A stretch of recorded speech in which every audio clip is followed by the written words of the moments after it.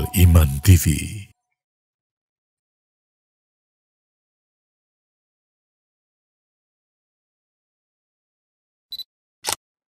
Jadi orang itu nggak dianjurkan dikit-dikit nazar.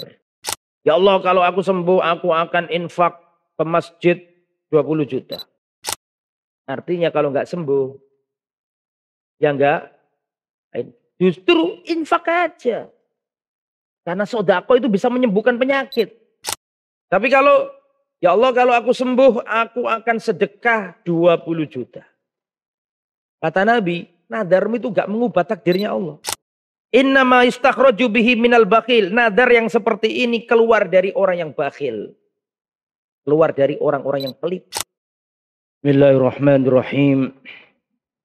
Assalamualaikum warahmatullahi wabarakatuh. Innal hamdalillah nahmaduhu wa nasta'inuhu wa nastaghfiruh. Wa na'udzu billahi min syururi anfusina wa min sayyiati a'malina. Man yahdihillahu fala mudilla lahu wa man yudlil fala hadiya lahu. Wa asyhadu an la ilaha illallah wahdahu la syarika lahu. Wa ashhadu anna Muhammadan abduhu wa rasuluh. La nabiyya wa la rasula ba'dah. Allahumma salli wa sallim wa barik ala nabiyyina wa habibina Muhammadin wa ala alihi wa sahbihi wa man sara ala nahjihi ila yaumiddin, amma ba'd. Ikhwatal iman rahimani wa rahimakumullah. Alhamdulillah, segala puji hanya milik Allah.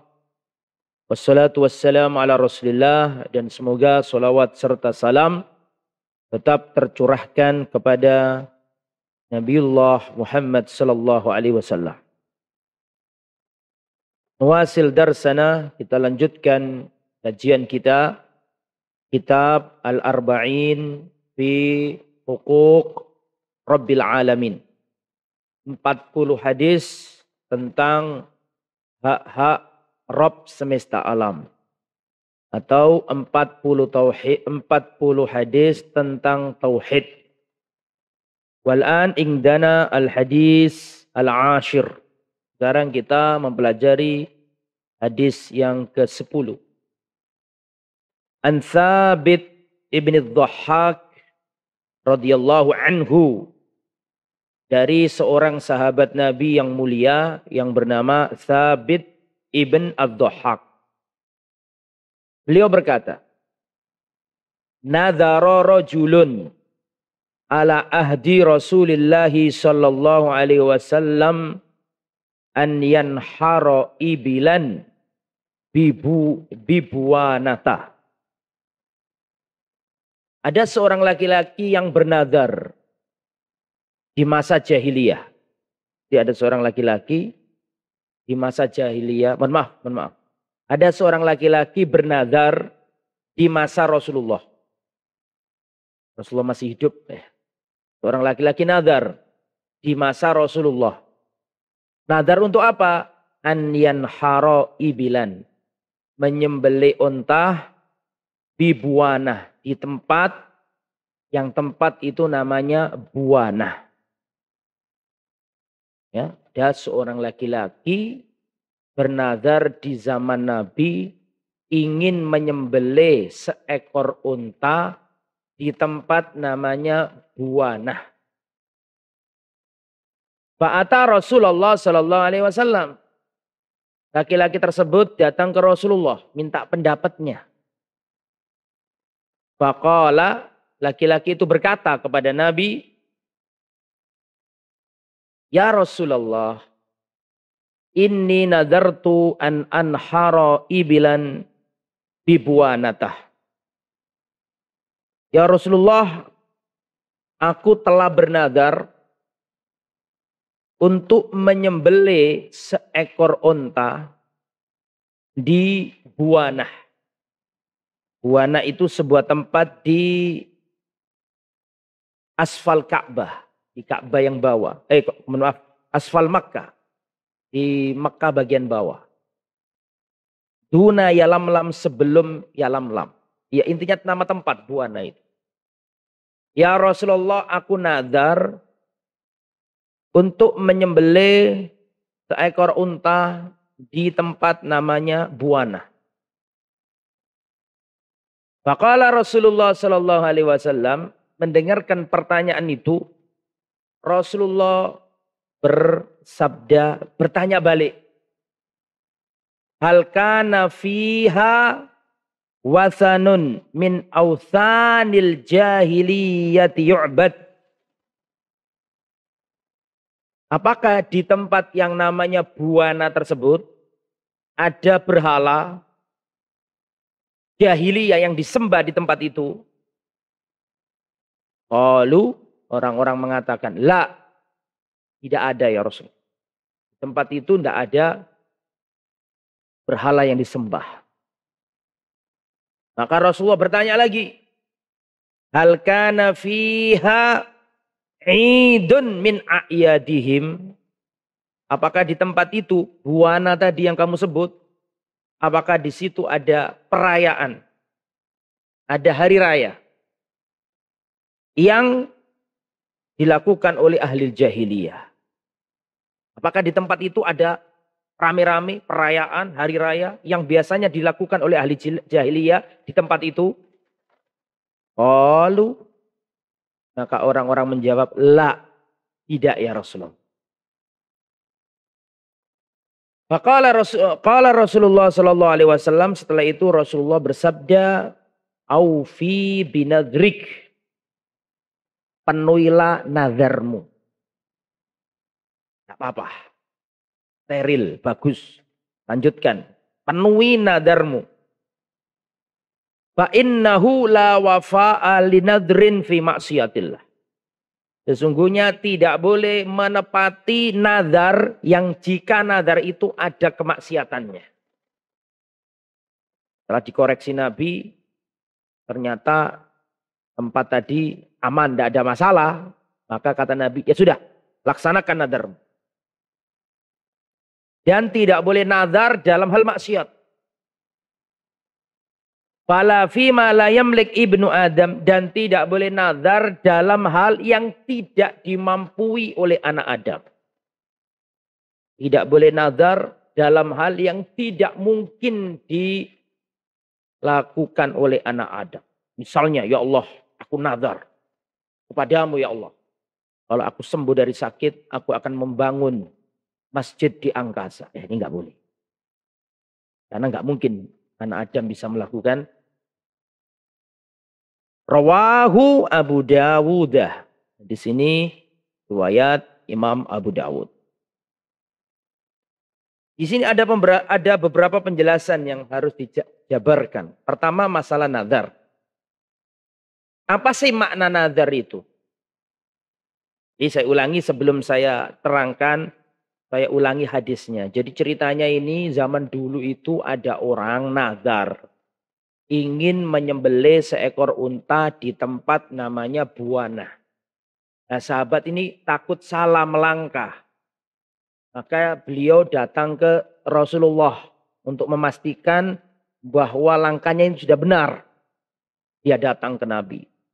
Ya Rasulullah, aku telah bernazar ingin menyembelih seekor unta di tempat namanya Buana. Apakah boleh aku penuhi nadarku itu ya Rasulullah? Rasulullah nggak jawab iya atau jangan, enggak. Tapi Rasulullah ingin meneliti dulu perkaranya orang ini. Nah, seorang mufti itu harus gitu. Jangan langsung jawab dulu. Harus pasti dan jelas dulu perkaranya. Ditanya balik, apakah di tempat yang namanya Buana itu di situ ada penyembahan berhalanya? Oh, mboten wonten ya Rasul, enggak ada. Enggak cukup, ditanya lagi sama Rasul. Apakah di tempat itu ada perayaan-perayaan jahiliyah? Kata orang-orang, mboten wonten, enggak ada ya Rasul. Ya sudah, kalau gitu silakan nazar. Enggak apa-apa. Penuhi nadarmu. Tapi jangan sampai melaksanakan nazar yang ada maksiatnya. Dan jangan menunaikan nazar yang nazar itu nggak mungkin dilalui dan dikuasai oleh anak Adam. Pelajaran yang pertama tentang nadar. Apa sih nadar itu? Nadar itu ijabu an-nafsi atau ijabul ibadati fid dhimmah. Ijabul mar'i nafsahu bisyai'in. Seseorang mewajibkan untuk dirinya sendiri baik dengan syarat atau tanpa syarat. Saya ulangi. Nadar adalah ijabul mar'i nafsahu syai'an. Seseorang mewajibkan untuk dirinya sendiri. Bisyartin karena ada syarat tertentu. Au bighairi syartin atau tanpa syarat tertentu. Contoh yang pakai syarat seperti ini. Aku bernadar, ya Allah, kalau aku sembuh, aku akan berinfak 10 juta. Ini nadar yang bersyarat. Syaratnya kalau apa tadi? Sembuh. Tapi ada nadar yang tidak bersyarat. Pokoknya dia nadar aja. Ya Allah, aku nadar kepadamu. Aku akan menyembelih seekor sapi, saya bagi-bagian ke fakir miskin. Tanpa syarat. Ya, ada juga kayak gitu. Tapi intinya, sesuatu itu sebelum dinadari hukumnya nggak wajib.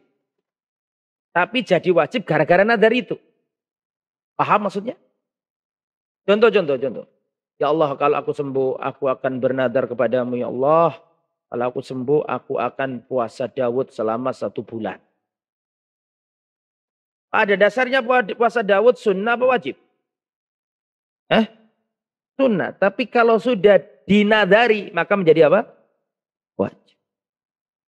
Ya Allah, aku nadar kepadamu, jika aku lulus kuliah di STALI, aku nadar puasa Senin Kemis selama 3 bulan. Puasa Senin Kemis aslinya nggak wajib. Tapi gara-gara kamu pakai nadar, berarti kamu mewajibkan kepada dirimu sendiri sesuatu yang aslinya nggak wajib menjadi wajib. Jelas ya? Itu makna nadar. Lah nadar ini ada macam-macamnya. Nadar ini ada macam-macam. Yang pertama nadarut ta'ah. Nadar dalam ketaatan. Nadru at-ta'ah. Nadar at-ta'ah. Contoh. Seseorang nadar asyam lillahi in syafallahu maridahu.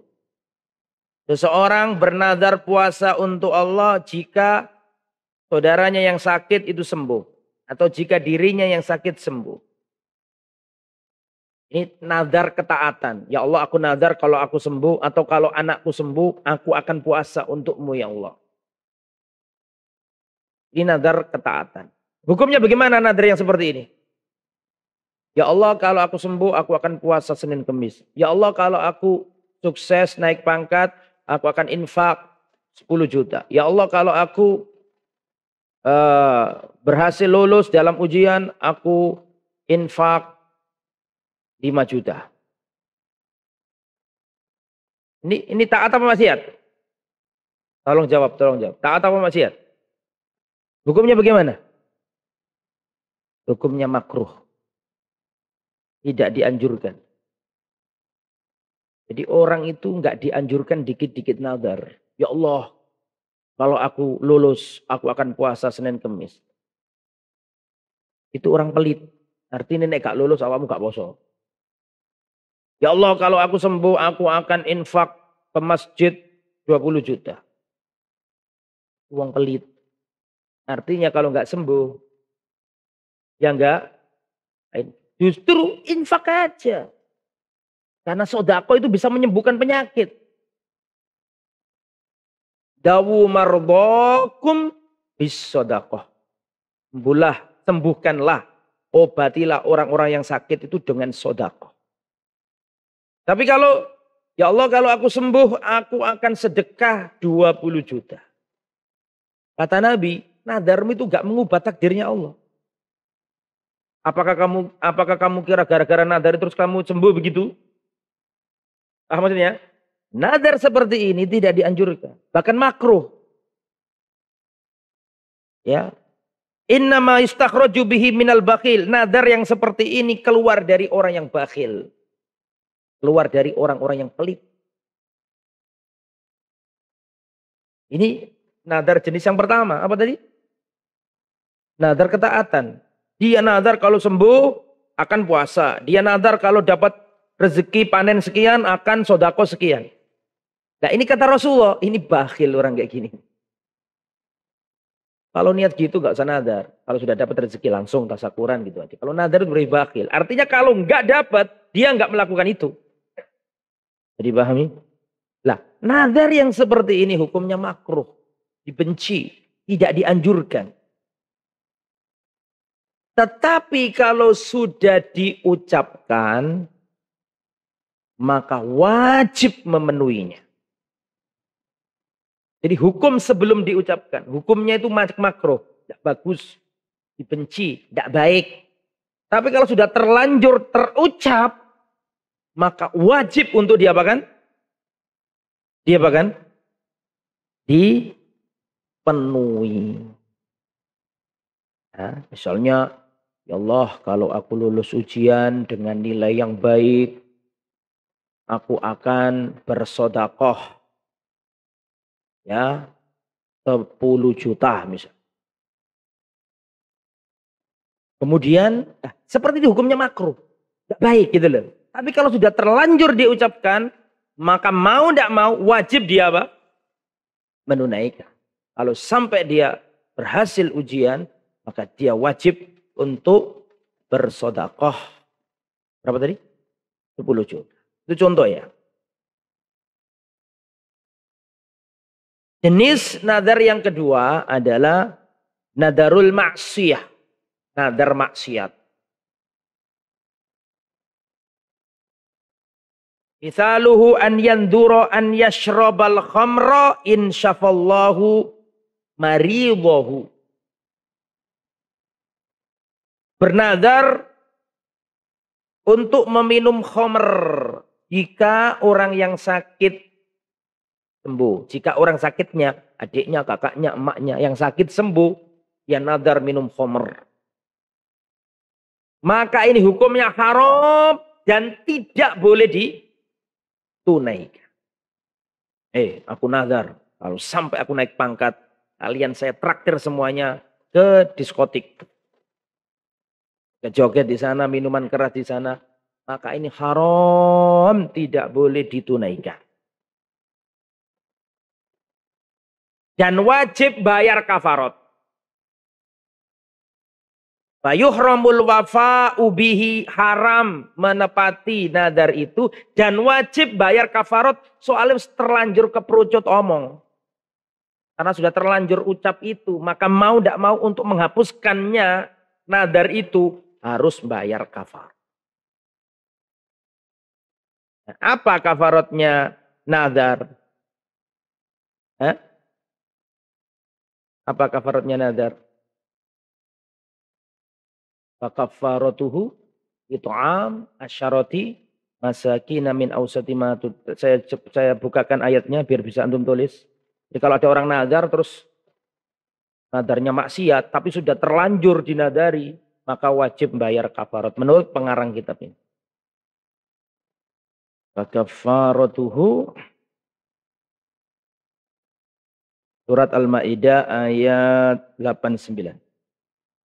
Di kafaratul nadar, kafaratul yamin.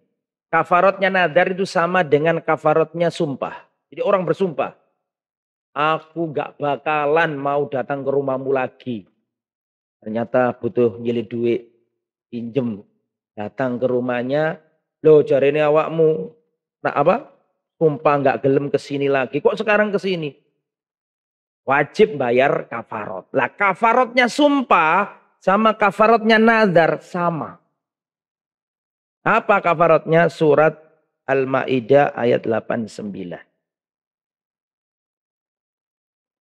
Fakafaratuhu it'amu asyarati masakin. Maka kafarohnya orang yang melanggar nazar atau melanggar sumpah, kafaratnya adalah it'amu asyarati masakin, ngasih makan 10 orang fakir miskin. Beli nasi padang 10 bungkus, kasihkan orang 10 fakir, selesai. Beli soto Lamongan, kasihkan 10 orang fakir, selesai. Sak minumnya sak itu. It'am asyarati masakin, memberi makan 10 orang fakir miskin. Min ausati ma tut'imuna ahlikum, yang biasanya kamu makan dengan keluargamu. Jangan kemudian makannya biasanya makan daging, aparatnya ngasih makan 10 orang pakai orek. Apa orek itu? Pakai tempe misalnya, enggak, harus sama dengan yang dia makan.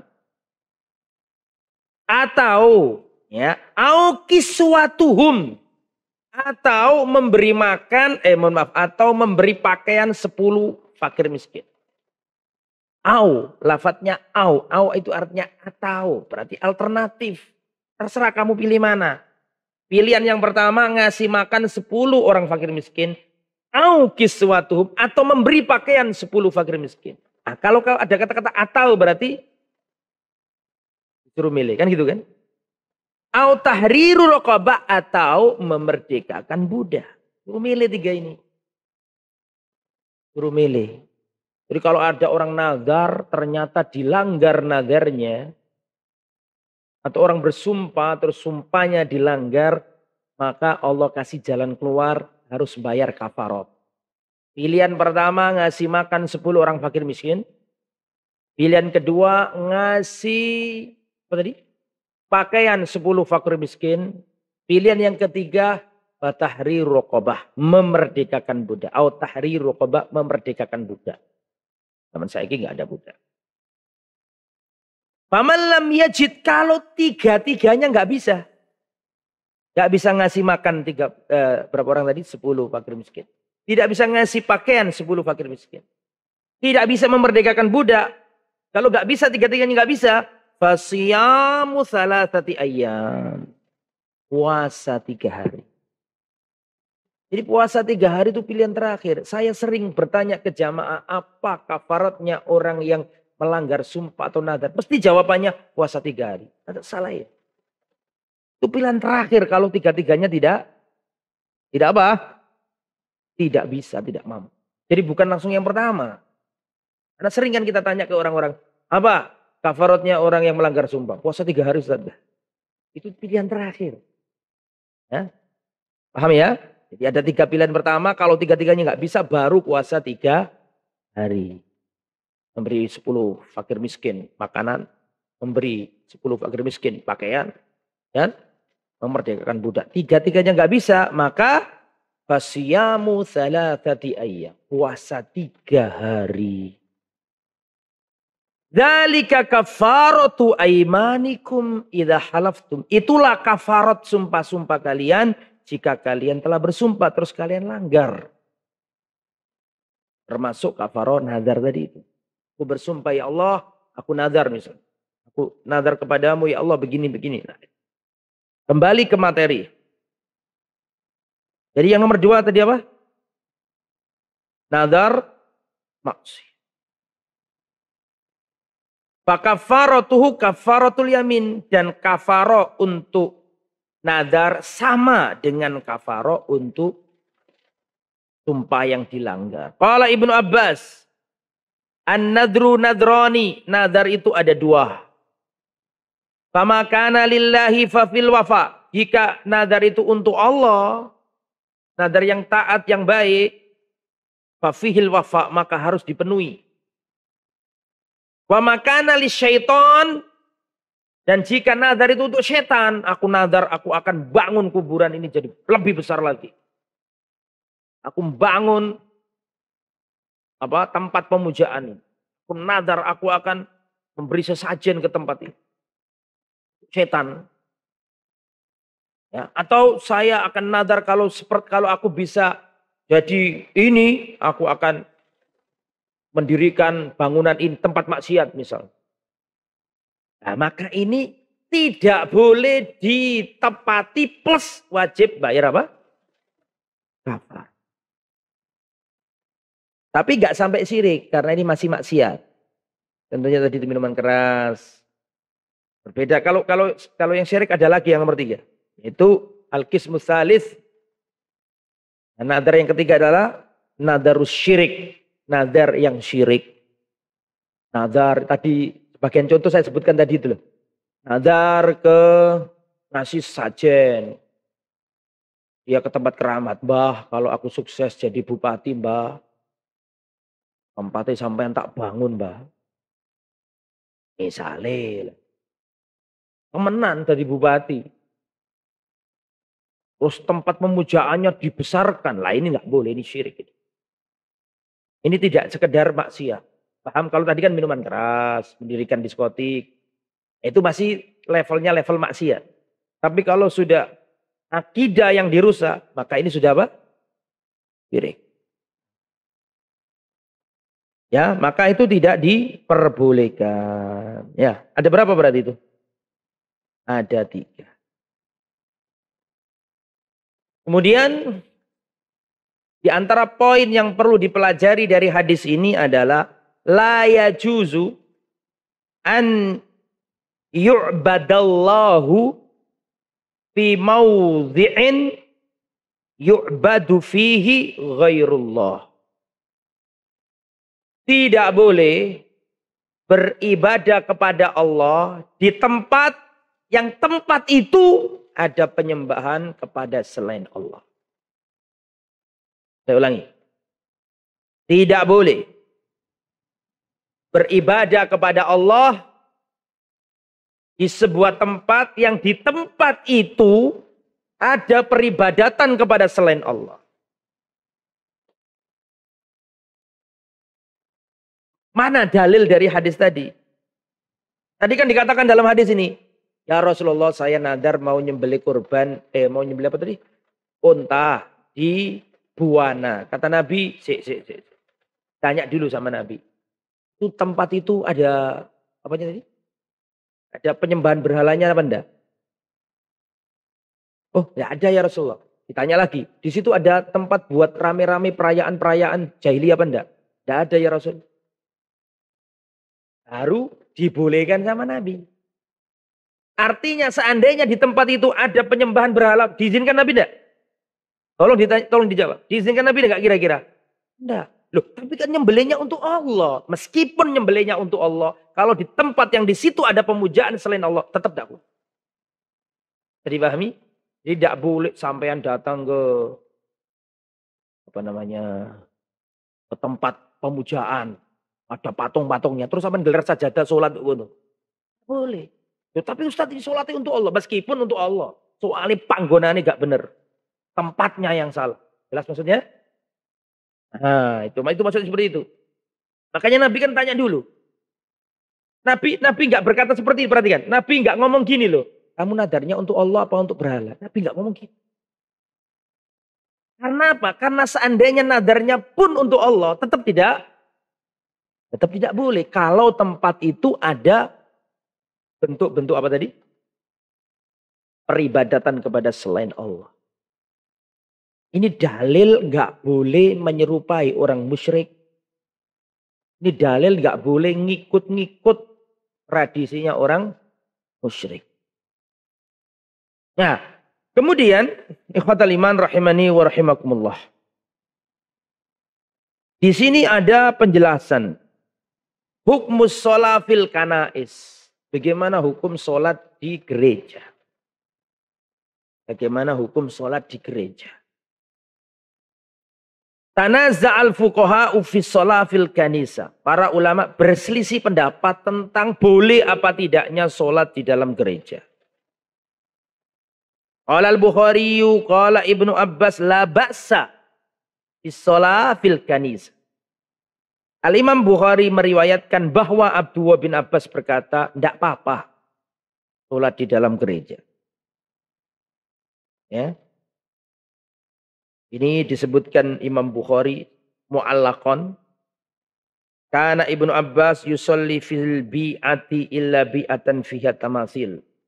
Abdullah bin Abbas sholat di gereja, di tempat peribadatannya orang non-muslim. Illa bi'atan fiha tamasil, kecuali tempat atau gereja yang di dalamnya ada patung-patungnya, beliau tidak mau. Sehingga di sini pengarang kitab ini menjelaskan, was-sahihu, yang benar dalam hal ini adalah bitafsil, terperinci. Ada yang boleh, ada yang tidak boleh. Was-sahih annahu idza kana fiha tamathil kanat bimanzilatil masajid al-mabniyah 'alal qubur. Jika di dalam gereja-gereja itu ada patung-patungnya, maka itu hukumnya seperti membangun tempat sholat di atas kuburan, atau seperti yang dilarang Nabi itu loh. La tusalla, ada qala sallallahu alaihi wasallam, la'anallahu al-yahuda wan nasara ittakhadhu qubur anbiya'ihim masajidah. Jadi begini ya, antum tak kasih tahu. Di antara istrinya Nabi itu ada yang pernah ikut hijrah ke Habasyah. Tapi dulu belum jadi istrinya Nabi. Di antaranya adalah Ummu Salamah dan Ummu Habibah. Ummu Habibah, istrinya Nabi, anaknya Abu Sufyan, saudarinya Muawiyah, itu pernah ikut hijrah ke Habasyah. Dan nanti dinikahi Nabi, posisinya masih di Habasyah. Ya, nikahnya diwakilkan. Ustaz, apakah bisa nikah diwakilkan? Bisa. Bisa. Nikah diwakilkan bisa. Jadi ada orang, Ustaz, tolong saya mau nikah sama akhwat Ustaz. Tapi posisi saya masih di Amerika Ustaz. Tolong Ustaz aja yang makili. Bisa nggak? Boleh nggak? Boleh. Atau via Zoom. Kalau via Zoom kan nggak wakil, orangnya langsung. Diwakili boleh. Rasulullah diwakili sama sahabat. Ya, boleh. Nah, Ummu Salamah itu, mohon maaf, Ummu Habibah pernah cerita, ya Rasulullah, dulu ketika kami di negeri Habasyah. Habasyah sekarang mana? Ethiopia. Ketika Rasulullah hijrah dari Mekah, karena ditindas, diintimidasi, dilempari batu, Bilal diseret, dipacuti, dipukuli. Akhirnya banyak sahabat yang kasihan. Akhirnya Rasulullah dapat wahyu dari langit untuk menyuruh para sahabat hijrah ke negeri Habasyah. Kenapa kok ke Habasyah? Kok tidak ke Mesir? Kok tidak ke Romawi Syam? Kenapa tidak ke Persia? Kenapa tidak ke Yaman? Kenapa yang dipilih Nabi kok Habasyah? Karena Rasulullah itu dapat wahyu dari langit bahwa di negeri Habasyah itu ada seorang raja namanya Ashama. Gelarnya adalah An-Najasyi, yang adil, tidak membiarkan kezaliman terjadi di kerajaannya. Dipilih Habasyah. Berangkat ke sana. Dan mengapa masuk Islam kan nanti kan Najasyi kan? Bukan nanti, maksudnya dalam cerita itu masuk Islam. Ashama masuk Islam. Kenapa Ashama Najasyi ini kok masuk Islam? Kenapa kok baik? Jadi ceritanya Raja Najasyi itu dulu itu ayahnya pernah dikudeta. Ayahnya pernah dikudeta, kerajaannya dihancurkan, kemudian ada raja yang baru. Maka Ashama kecil, pangeran kecil ini, hitam keriting kan orang-orang Afrika kan. Ashama, pangeran yang kecil ini dijadikan budak, dijual di pasar-pasar. Padahal dia pangeran. Paham? Tapi Allah mengembalikan kerajaannya. Karena dia ini kan putra mahkota, pangeran, masih banyak pengikutnya yang tertekan oleh raja yang baru kan. Menyusun kekuatan, akhirnya Ashama kecil ini berhasil menghancurkan dan menaklukkan raja yang mengkudeta bapaknya tadi. Sehingga akhirnya Ashama jadi raja.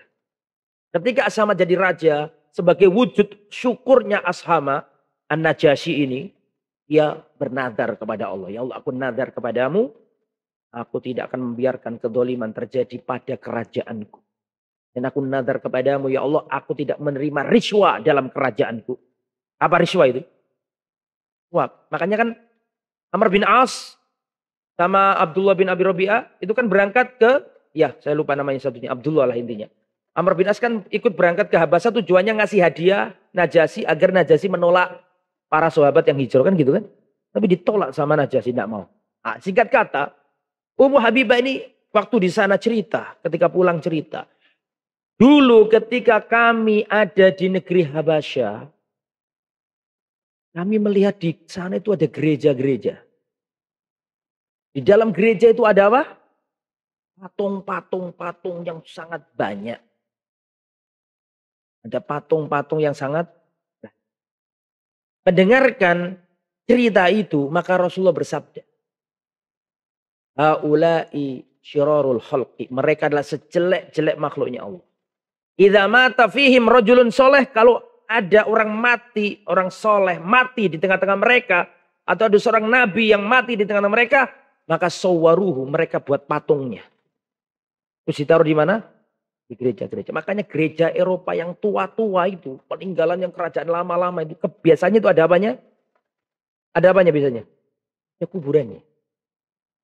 Ada kuburannya uskup-uskup itu. Lah itu umat Islam niru. Biasanya kadang kubur-kuburan itu di depannya dikasih apa? Biasanya masjid-masjid itu yang kuno-kuno kadang di depannya ada apanya? Ada kuburan.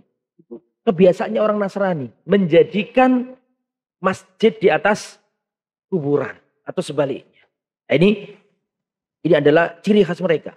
Lalu bagaimana? Apakah boleh kita sholat dalam gereja tadi kita ulangi? Was-sahih annahu in kana fiha tamathil kanat bimanzilatil masajid al-mabniyah alal kubur. Kalau di dalam gereja itu ada patung-patungnya, ada suro itu nggak mesti patung ya. Suro itu rupaka, yang ada ininya loh. Apa? Ini suro. Bisa patung, bisa pahatan, bisa ukiran, bisa apa lagi? Bisa lukisan. Itu suro semuanya. Terkategorikan apa? Suro, enggak boleh, ya. Fal musolli fiha musyabihun liman ya'bud ghairallah. Orang yang sholat di gereja yang di situ ada berhala-berhalanya. Berhalanya Bunda Maria, berhalanya Isa. Maka nggak boleh sholat di situ. Wa in kanat niyatus sholat lillah. Meskipun niatnya sholat untuk Allah. Nggak boleh. Kalau ada apa? Patung-patung tadi. Tapi kalau patung-patungnya dihilangkan apa? Kan banyak Pak. Di Eropa sekarang masjid-masjid diubah jadi apa? Keliru ngomong. Di Eropa sekarang banyak gereja-gereja dijadikan apa? Secara sensus orang Eropa itu banyak yang agamanya Nasrani. Tapi secara kenyataan sebenarnya mereka tuh gak punya agama. Sudah gak ada gereja. Maksudnya? Jadi secara statistik mungkin mereka memang agamanya kebanyakan apa? Nasrani. Tapi secara realita mereka gak beragama. Gak pernah ke tempat ibadahnya, gak pernah ibadah, mereka gak ngerti ajarannya, gak pernah buka kitab sucinya. Coba statusnya memang agamanya agama Nasrani. Makanya sangat mudah sekarang dakwah di sana. Alhamdulillah. Diberi kemudahan oleh Allah.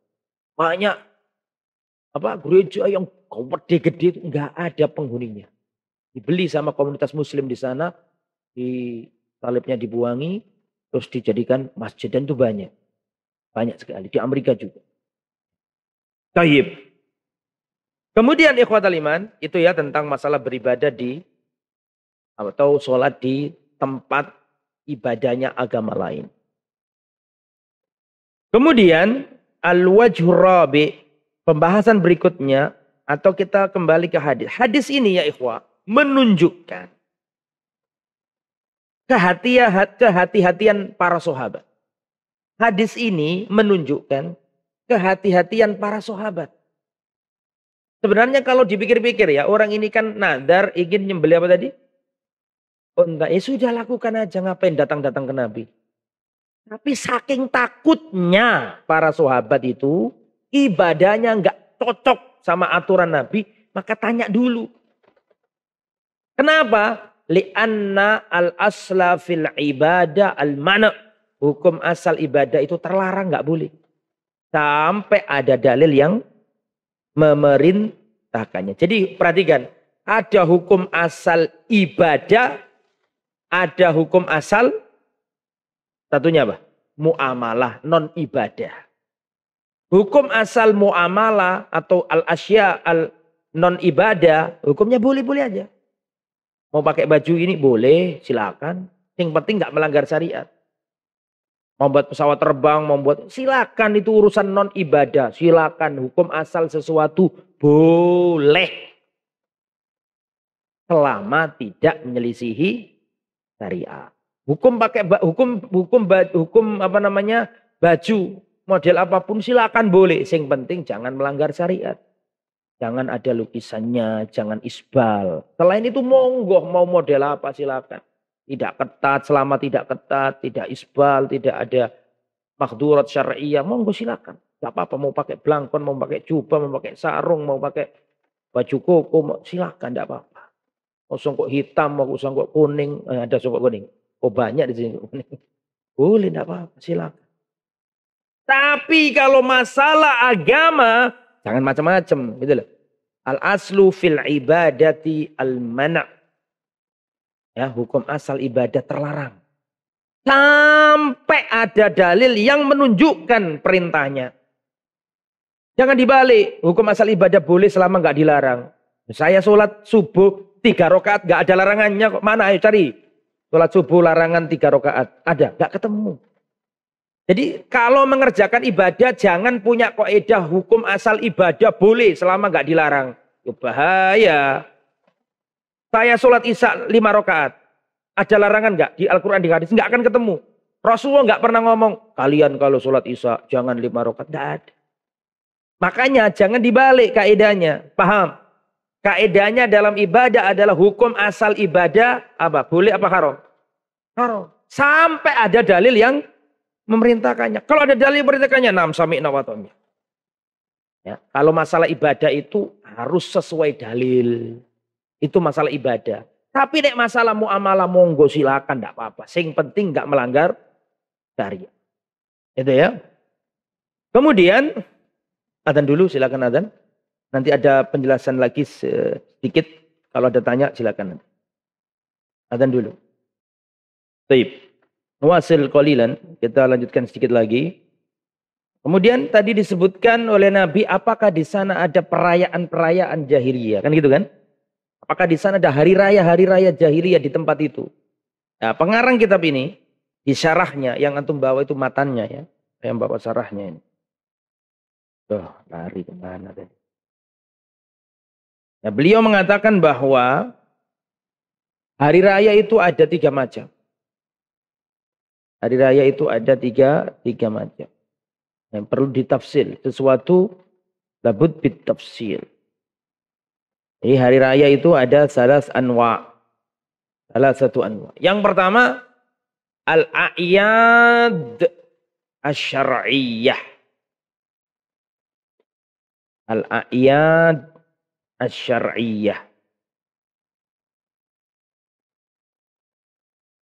Al-a'yad asy-syar'iyyah adalah hari raya yang bernilai ibadah sesuai syariat. Dan itu dalam Islam cuma 2, tidak boleh lebih dari 2. Saya ulangi ya. Hari raya ada berapa tadi? Ada 3. Yang pertama al-a'yad asy-syar'iyyah. Hari raya yang sesuai syariat. Dan hari raya yang sesuai syariat itu menurut Islam cuma ada 2. Jangan ditambahi salah. Yang pertama Idul Fitri. Dan yang kedua Idul Adha. Cuma ada 2 ini. Tidak boleh nambah-nambahi dari 2 ini. Dari hari raya syar'i menurut Islam cuma 2. Yang dilakukan oleh Nabi dan para sahabat dan para tabi'in dan para tabi'ut tabi'in. Selain 2 hari raya itu tidak ada Rasul menjalankan, para sahabat menjalankan, tabi'in menjalankan, tabi'ut tabi'in menjalankan. Tidak ada kecuali 2 itu aja. Idul Fitri dan Idul Adha. Dulu itu kayak gitu itu tok, 2 tok itu. Jadi dulu Rasulullah ketika hijrah dari Mekah ke Medina, itu di Medina ada hari raya 2. Hari raya Nairuz dan Mahrojan. Nairus itu hari raya yang diadopsi oleh masyarakat Medina jahiliyah pada waktu itu dari bangsa Persia. Bangsa Persia penyembah api itu punya hari raya. Namanya apa? Nairuz. Sampai sekarang ada Nairuz. Untuk ketik di internet Nairuz muncul. Orang Persia merayakannya. Sampai sekarang mungkin Iran melakukan. Padahal itu kan aslinya perayaan Yahudi. Perayaan Majusiyah. Penyembah api. Tapi sampai sekarang masih ada Nairuz itu. Ya sukanya orang-orang Syiah mungkin seperti itu. Wallahu a'lam. Terus ketika Rasul datang ditanyai oleh Rasulullah ketika Rasulullah nyampe di kota apa? Di kota Madinah. Tanya kepada mereka. Hari raya apa ini? Mereka menjawab, Yaumani nal'abu fihima. Ini 2 hari raya ya Rasulullah yang kami berhari raya di masa jahiliyah dulu. Kata Rasulullah, Innallaha qad abdalakum bihima khairan minhuma. Allah telah menggantikan 2 hari raya kalian dengan 2 hari raya baru yang lebih baik untuk kalian. Yaumal fitri wa yaumal adha. Yaitu hari raya Idul Fitri dan Idul Adha. Jadi kalau hari rayanya itu sifatnya diniyah, syar'iyah yang boleh cuma 2. Idul Fitri dan Idul Adha. Itu yang pertama. Kemudian hari raya yang kedua adalah A'yadul Musyrikin. Hari rayanya orang-orang musyrik yang berkaitan langsung dengan agama mereka. Seperti Natal. Seperti Nyepi. Seperti Waisak. Ustadz, kita harus toleransi. Ustadz, setuju kita harus toleransi. Tapi kita harus tempatkan toleransi pada tempatnya. Paham ya? Tapi statusnya perayaan-perayaan itu menurut agama Islam itu a'yad al-kufriyah. Hari raya miliknya orang-orang kafir musyrik. Menurut perspektif Islam. Adapun makna dari toleransi adalah tidak mengganggu mereka. Itu makna toleransi yang benar itu mendiamkan mereka, tidak mengganggu mereka. Tapi makna toleransi bukan ikut nyemplung bersama mereka merayakan kebersamaan. Paham? Bahkan mereka sendiri risih. Waktu Natal ada adzan sholawatan di gereja. Jangankan kita risih, orang Nasrani sendiri risih dengan itu. Karena mereka juga nggak mau dicampur-campurin aja. Mungkin sebagaimana Islam ada Islam Nusantara, mungkin juga ada Nasrani Nusantara. Barangkali gitu, wallahu a'lam. Tapi sebenarnya orang yang beragama Nasrani yang sesungguhnya pun nggak mau dengan itu. Paham maksudnya? Itu bukan nggak boleh hukumnya. Ikut serta nggak boleh. Karena itu adalah ayat kufriyah. Naam, kita toleransi setuju, kita nggak boleh ganggu, nggak boleh ngebom, nggak boleh ya, nggak boleh, haram. Bukan ajaran Islam ngebom agama, ngebom apa? Gereja enggak. Bahkan Rasulullah dalam perang saja mengatakan jangan bunuh wanita, jangan bunuh anak-anak, jangan bunuh rahib yang ada di gerejanya. Jangan bunuh gerejawan, pendeta yang ada di apa? Gereja. Nggak boleh dibunuh. Buru-buru dibunuh nggak boleh kok. Cuman letakkan toleransi pada tempatnya. Ya sudah biarkan mereka berhari raya sesuai dengan keyakinannya. Tapi kita nggak boleh apa? Ikut apa? Merayakannya, ikut nimbrung di sana. Nggak boleh. Ya, Umar bin Khattab melarang itu. Ya, kata Umar bin Khattab, jawilah la tadkhulu fil musyrikina fi kanaisihim yauma idihim fa inna sukhtata tanzilu alaihim. Ya, kata Umar bin Khattab nih, tegas Umar bin Khattab. Ya, la tadkhulu ya fil musyrikina fi kanaisihim. Jangan kamu ikut serta dengan orang-orang musyrik di tempat-tempat perayaan mereka atau ibadah tempat peribadatan mereka. Yauma idihim, di hari perayaan mereka. Fa inna sukhtata, karena kemurkaan Allah, tanzilu alaihim. Enggak boleh. Itu perayaan nomor 2. Al-a'yad, asyirkiyah, al-kufriyah. Yang nomor 3. Al-a'yad. Ini diterangkan tadi apa ya? Al-a'yad allati la silata laha biddin. Perayaan yang nggak ada sangkut pautnya sama agama. Perayaan yang tidak ada sangkut pautnya dengan agama. Misalnya hari jadi Ali bin Abi Thalib, sekolah tinggi Ali bin Abi Thalib. Hari jadi pernikahanmu karo bojomu misalnya. Apalagi? Nah, Yaumul Watani, HUT, hari ulang tahun, hari raya, HUT, kemerdekaan misalnya. La silata biddin, gak ada hubungan sama agama. Paham? Menurut pengarang ini, itu termasuk perincian nomor berapa? 3. Karena gak ada hubungannya, itu sekedar bab biasa, bab duniawi ya itu. Menurut pengarang kitab ini. Seperti itu tadi, ya. Bagaimana beliau menjelaskan? Seperti hari perayaan tanggal pernikahan. Suami istri dulu nikahnya tanggal 3 Maret misal. Sekarang 3 Maret. Akhirnya ayo dek kita ke restoran. Makan nih hari raya kita dulu kemantenan hari ini. Gak ada agamanya di situ. Ya cuma mangan-mangan menurut doa.